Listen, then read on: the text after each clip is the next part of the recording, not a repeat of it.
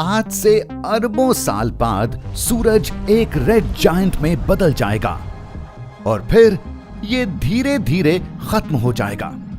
जी हां, solar system का अंत आ चुका है और यह है आपके बचने के लिए एक गाइड।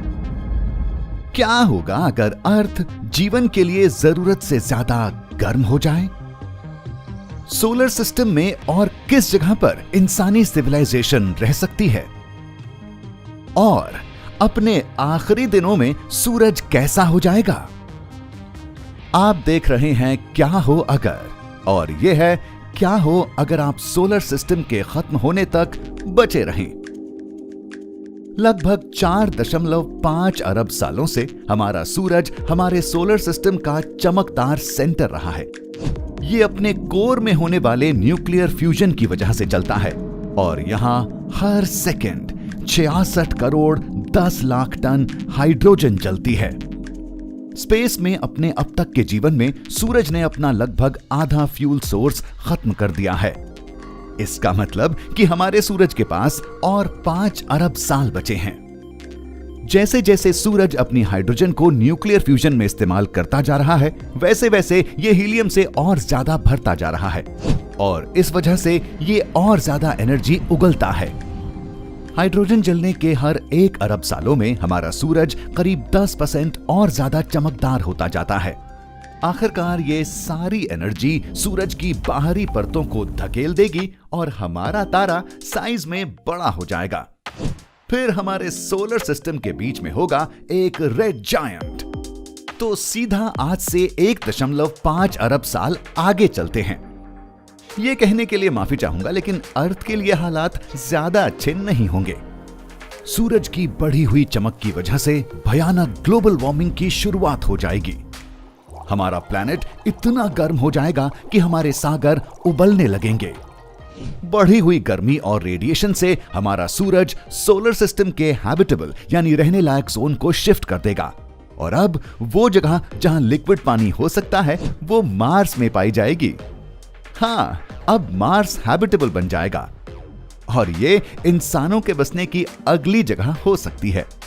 लेकिन एक सांस लेने लायक एटमॉस्फेयर बनाने के लिए हमें इस रेड प्लैनेट को रहने के लिए बदलना होगा, यानी टेराफॉर्म करना होगा। इस पॉइंट पर मार्स 5 अरब सालों के लिए हैबिटेबल रह सकता है। मतलब हमें अगला कदम उठाने के लिए अच्छा खासा वक्त मिल जाएगा। लेकिन लगभग 7.5 अरब सालों में हमारे सोलर सिस्टम के पास एक बड़ी परेशानी आने वाली है। जाहिर है, एक रेड जायंट। हमारे तारे की हाइड्रोजन खत्म हो जाएगी और ये हीलियम पर चलने लगेगा। सूरज फैल जाएगा और मरकरी पूरी तरह से भाप में बदल जाएगी। वीनस का एटमॉस्फेयर जलकर खत्म हो जाएगा और आखिरकार ये फैलता हुआ सूरज वीनस को पूरा का पूरा निगल लेगा। और हमारी अर्थ, ये सिकुड़कर आयन के एक डेंस गर्म कोर में बदल जाएगी। हमारा नया घर भी अब हैबिटेबल नहीं रह जाएगा। इंसानों की सबसे बड़ी उम्मीद होगी जुपिटर के चौथे सबसे बड़े चांद यूरोपा पर जाना। इसकी बर्फ की मोटी परत सूरज की बढ़ी हुई गर्मी से पिघल जाएगी। यूरोपा पानी वाली एक खूबसूरत दुनिया में बदल सकता है। जुपिटर का चांद अगले कुछ हजार सालों के लिए हमारा घर बन सकता है। उसके बाद हमारा सूरज रेड जायंट के सबसे बड़े साइज तक पहुंच चुका होगा। आज के मुकाबले लगभग 3000 गुना ज्यादा तेज चमकेगा और इसका सरफेस अर्थ के ऑर्बिट से भी आगे तक फैल जाएगा।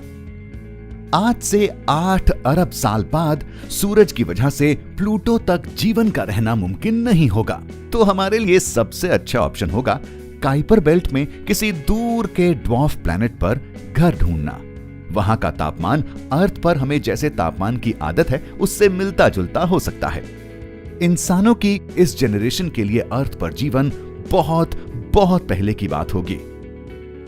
इसके 2 अरब साल बाद हमारे सूरज के फ्यूल रिजर्व्स पूरी तरह से खाली हो चुके होंगे।